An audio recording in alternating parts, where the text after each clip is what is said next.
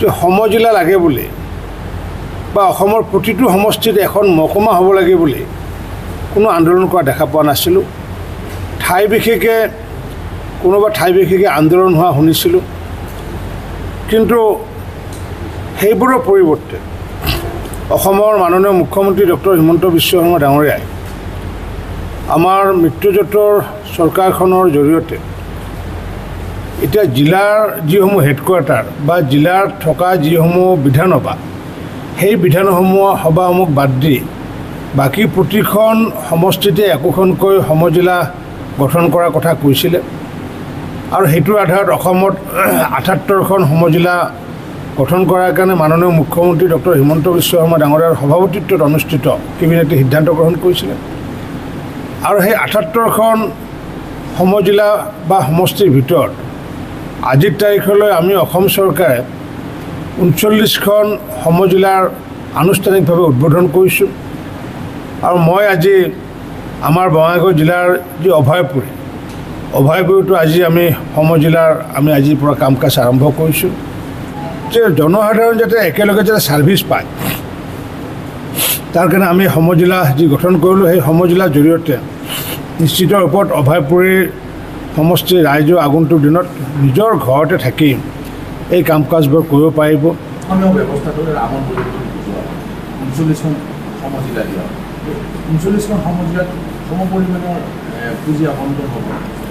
চাওক, এতিয়া যদি মই যদি পুঁজিৰ কথা কওঁ, এতিয়া ধৰক পুঁজি সাধাৰণতে ভাৰত চৰকাৰৰ যিবোৰ পুঁজি আহে, আমি যিহেতু 90:10 ষ্টেট শ্বেয়াৰ যিহেতু প্ৰায় 10% থাকে, অধিকাংশ যিহেতু 90% আমাৰ কেন্দ্ৰীয় চৰকাৰৰ পুঁজিবোৰ যেতিয়া আহে আমাৰ পপুলেশ্যন আধাৰত আহে। যেতিয়া আমাৰ মানে যদি ফাইনেন্স কমিশ্যনৰ পুঁজি যদি কয়, ডেভেলপমেণ্ট ফাণ্ডৰ যদি কয়, যে যিখন জিলাত বা যিটো সমষ্টিত যিটো জনসাধাৰণৰ পপুলেশ্যন বেছি থাকে তাত পুঁজিটো নিশ্চিত ৰূপত বেছিকৈ যায়। পৌৰসভাৰ ক্ষেত্ৰত যদি আমি চাওঁ, 2011 চনৰ যদি চেঞ্চাছৰ আধাৰত যিখন পৌৰসভাত পপুলেশ্যন বেছি থাকে তেওঁলোকৰ তাত পুঁজিটো বেছিকৈ যায়, য'ত কম থাকে কমকৈ যায়। গতিকে পুঁজি আবণ্টনটো সমভাৱে নহয়, পুঁজি আবণ্টনটো হয় তাৰ জনসাধাৰণৰ যিটো পপুলেশ্যনৰ আধাৰতে হয়। গতিকে সেইটো যদি পৰম্পৰা ৰাখি আহিছে, নিশ্চিত ৰূপত আগন্তুক দিনতো আমি ৰাখি আহিম।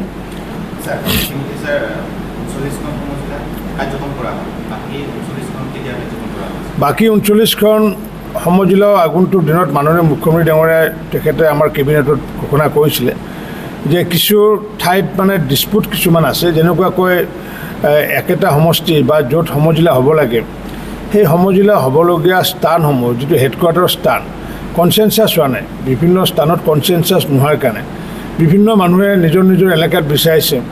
গতিকে কনচেনচাছ নোহোৱা পৰ্যন্ত সেইটো আমি সম্পূৰ্ণ 100% আমি কৰিব নোৱাৰিম, কাৰণ যিহেতু মানুহক আমি এটা সেৱা আগবঢ়াব বিচাৰিছোঁ, তাৰ প্ৰাক মুহূৰ্তত ৰাইজৰ মাজত কনচেনচাছ হোৱাটো বিচাৰিছোঁ। আৰু ৰাইজে কনচেনচাছ নহ'লে নিশ্চিত ৰূপত JD বিভাগে যিটো সিদ্ধান্ত লয় সেইটোৰ সিদ্ধান্তৰ আধাৰত মুখ্যমন্ত্ৰী ডাঙৰীয়াই আগন্তুক দিনত 39খন বাকী কেইখনো ঘোষণা কৰিব।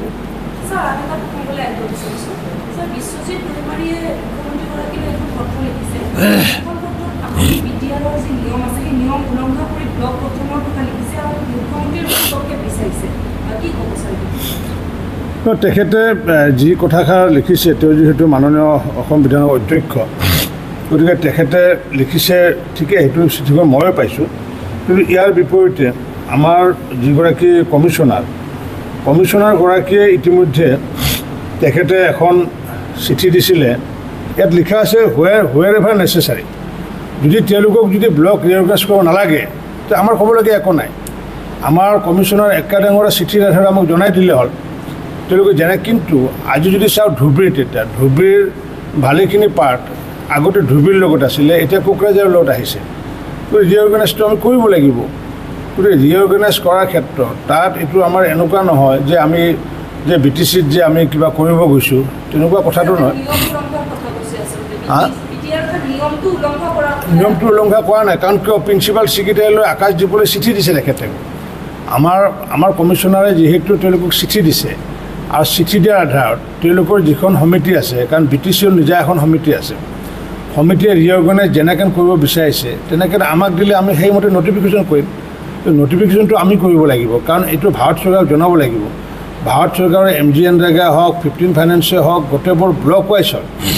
কোনো ধৰণৰ ডিষ্ট্ৰিক্ট ৱাইজ ফাণ্ড নাই, গতিকে ব্লক ৱাইজ আহে যিহেতু আমাক তেওঁলোকে জনাই দিলে তেওঁলোকে যিমানখন ব্লক আছে যে সেইকেইখন থাকক বা এইখনৰ পৰা এইখিনি কাটি দিয়ক, এইখিনি সংযোগ কৰক, ডিলিট কৰক, এড কৰক, যিটো থাকে তেওঁলোকৰ সেইটো এক্টিয়াৰৰ বিষয়, আমি ক'বলগীয়া একো নাই। প্ৰিন্সিপাল ছেক্ৰেটাৰী চিঠিখন দিছিলে তেওঁলোকৰ ছেক্ৰেটাৰীলৈ, সেই কথাটো চাগে অধ্যক্ষ ডাঙৰীয়া হয়তো গম নাপায় মোৰ ধাৰণা, যাৰ কাৰণে তেখেতে চিঠিখন দিছে। তেওঁৰ চিঠিখন দিয়াটো ভুল হোৱা নাই, তো ঠিকেই দিছে, তেওঁ কনষ্টিটিউশ্যনেল ৰাইটৰ কথা দিছে। কিন্তু মই দেখিছোঁ যে এই 30 তাৰিখে একেধৰণৰ চিঠি প্ৰিন্সিপাল ছেক্ৰেটাৰী BTCক দিয়া আছে।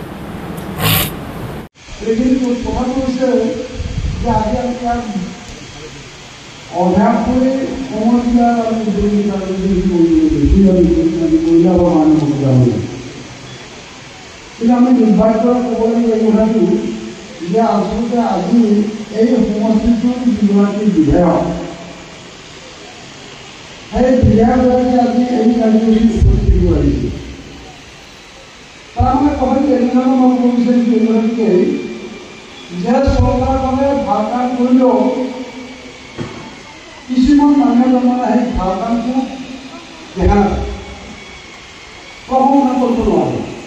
এই ব্যৱস্থাটো হৈছে আজি ইয়াত তাৰমানে এই যে সময়বিলাক গণনা কৰা হ'ল, সময়বিলাক গণনা কৰাৰ লগে লগে অলপ অভয়াৰণ্য সমষ্টিৰ জনসাধাৰণৰ যিটো সুবিধা ফল, এই যিটো সুবিধা চৰকাৰখনে প্ৰদান কৰিলে এই কথাটো তাৰমানে কিছু মানে ভাল পাব। তাৰ উদাহৰণ আপোনালোকৰ বিধায়কগৰাকী, এই অভয়াৰণ্য সমষ্টিৰ বিধায়কগৰাকী আজি এবাৰ অনুভূতি সমাজে প্ৰমাণ কৰে। গতিকে মই এইবাৰ কৈছোঁ যে এজনৰ কথাবিলাক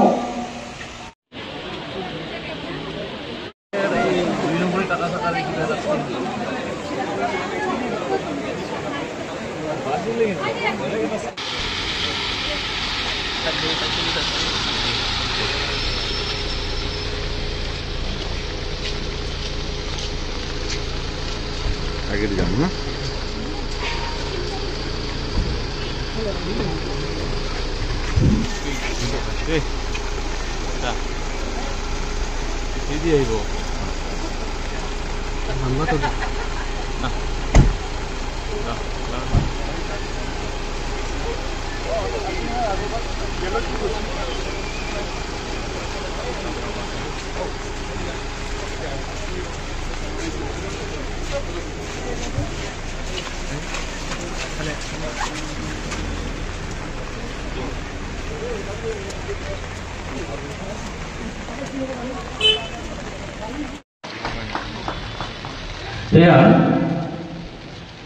মাননীয় অভিভাবক মন্ত্ৰী শ্ৰী অজিত কুমাৰ দাসদেবে আনুষ্ঠানিকভাবে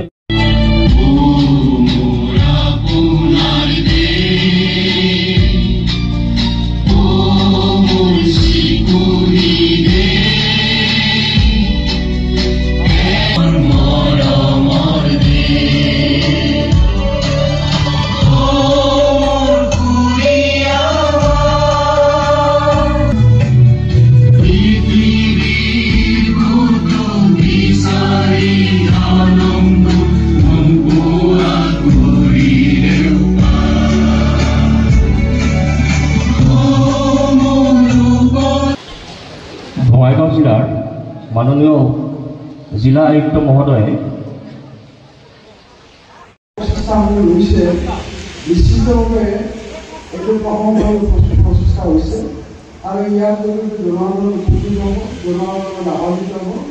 আৰু আমি প্ৰশাসনক আমি তাৰমানে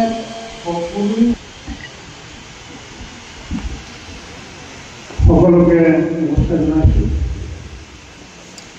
আজিৰ এই অভয়াপুৰী সমজিলা উন্মোচনী অনুষ্ঠানত উপস্থিত থকা আমাৰ সকলোৰে শ্ৰদ্ধা আদৰ